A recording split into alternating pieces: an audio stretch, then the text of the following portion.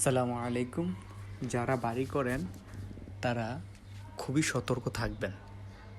আজকে আমি যে সাইটটি ভিজিট করেছিলাম মুজাফফরগঞ্জ, এই অবস্থার মধ্যে ঢালাই দিয়ে ফেলতে চাইছিল।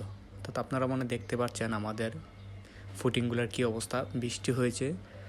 হ্যাঁ, তো কন্ট্রাক্টর বললো যে স্যার এই অবস্থা ঢালাই দিয়ে ফেলে তো অনেক খরচ বেড়ে যায়। আমি বললাম যে না, এই অবস্থা ঢালাই দেওয়া যাবে না।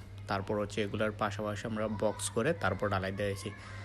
তো যদি মালিক এখানে সতর্ক ছিল, যদি মালিক সতর্ক না থাকতো অথবা আমাকে না ডাকতো বা আমাকে না জানাইতো বিষয়টা, তাহলে কিন্তু এই অবস্থা মধ্যে ঢালাই দিয়ে ফেলতো। এই যে দেখেন, এই অবস্থা ঢালাই দিলে কি হইতো, মালিকের মিনিমাম 30-40 হাজার টাকা বেশি খরচ হইতো।